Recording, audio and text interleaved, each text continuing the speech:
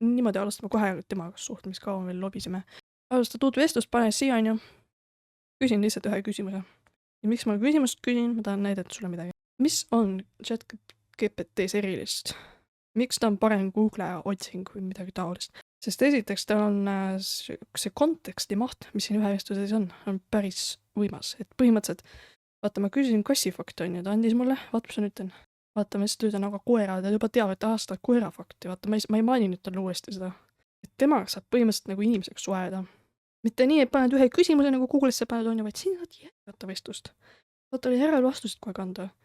Saad talle teatud rolli isegi anda. Ta võib olla ükskõik kes sul, psühholoog, mentor, sõber, kõik kes. Pane mingi kuulsuse nimi kas või käitu nagu Donald Trump, no, palun väga. Ta võib ükskõik keda kehastada ja saad temaga niimoodi lobiseda ühe vestluse sees. Või vaata, kui sa alustad uue vestlusega, paned siia. Näed, siin on uus vestlus, onju, ja see, kus ma küsisin kassi kohta, on siin. Mina praegu alustasin uue vestlusega ja nüüd kõik see, mis mina siin räägin, need on juba eraldi vestlused põhimõtteliselt.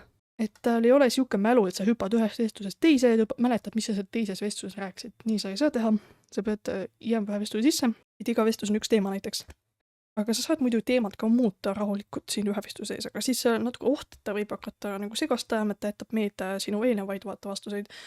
Ja ta mõtleb, et sa tahad sellest edasi rääkida. Et kui sa tõesti nagu teed nagu suure hüppe teemas, siis parem lihtsalt uut vestlust alustada ära ühe vestluse seda tee. Ma saan aru, nüüd hakkab hästi palju siia kuhjuma, aga seepärast pane kustuda või arhiivi, kui sa tahad, et kõik oleks ilusti siin olemas. Kahjuks nendel ei ole siin mingit sorteerimissüsteemi veel, et ei saa nagu neid salvestada ilusti. Kaovad ära siin. Ei leia pärast. Aga ma võtan oma selle kiirjuhendi lahti, mis tehtud on. Kui sa ühineb põhimõtteliselt uudiskirjaga, siis sa saad seda. Siin on kõik käsklused tehtud nüüd siukese nagu arvestades, et sul on tasuta plaan. Sa saaksid neid kasutada, et kui sul on tasuline plaan, ma ei tea, palju sa, okei, sa võib-olla saad kasusid, aga nagu ta annab kuidagi nagu nii võimast vastust. Siin ei ole nagu üldse neid lisafunktsioone ega midagi siis arvestatud.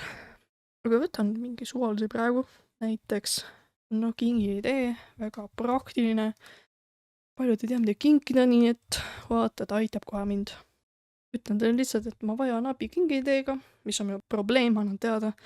Nüüd täpsustan oma probleemi, mis ma teha tahan. Tahan teha, kellele ma tahan teha kingitust, mille puhul, ütlen mille puhul.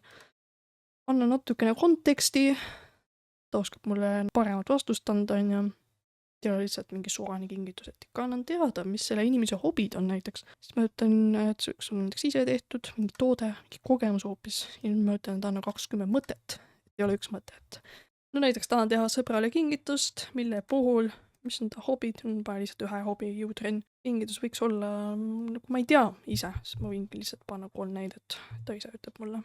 Jah, okei, kõik. Isiklik treeningkava, kohandatud treeningkarju, et proteiini, vahvaleid. Nüüd annab mulle kõiki versioone nendest 3.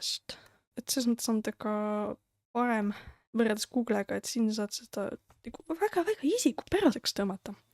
Sa Google'is ei pruugigi leida, mis sinul just vaja on. Ma saan temaga siin jätkata juttu, näiteks ma olen nagu, ei, mulle ei meeldi see, mis sa just ütlesid. Et nüüd palun muuda üldse. Näiteks ütlengi, et ei ole rahul. Anna näiteks niimoodi, no midagi suvalist. Ja ta jättis meelde on jälle, mis ma küsisin temalt praegu. Ja nüüd ta täiendab seda. Et okei, loominguline, davai, siin ta on. Huvitavamad mõtted. Et nüüd näiteks äkki ma ei ole jälle rahul, ütlen, et kuule, minu eelarve on ainult näiteks 50 eurot, 500 okei. Et siis ta jälle täiendab ennast, et okei, arvestame seda. Vaat niimoodi. Igatahes ma saan temaga siin jätkata ühe teemaga niimoodi. Minna spetsiifilisemaks kogu aeg. Et näiteks ma esimese hoobiga ei pruugi tea, mis ma tahan temast. Sest ütlen, et minul on siuke probleem, mis ma teen. Ja siis, mida rohkem ta annab sulle vastut, seda rohkem sa hakkad talle järelvastuseid andma selle põhjal.